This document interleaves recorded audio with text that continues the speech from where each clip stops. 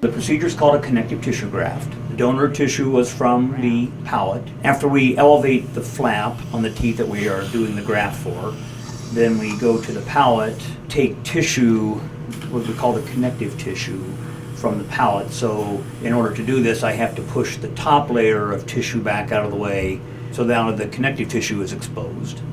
And then we remove the connective tissue and then suture that top flap back into place, which makes this a much easier procedure for the patients because they have less pain and bleeding following the procedure.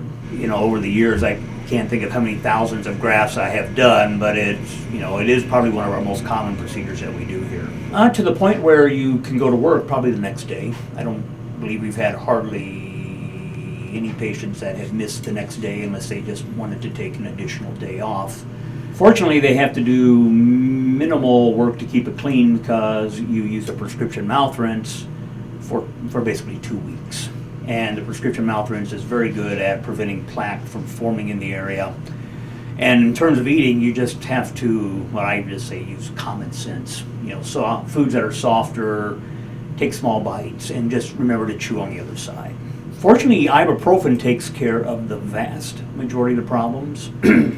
My partner likes to use Aleve, so something along that line will take care of most of the pain. I do also prescribe a narcotic such as Vicodin as a backup just in case they need it. There's a lot of reasons why the gums recede.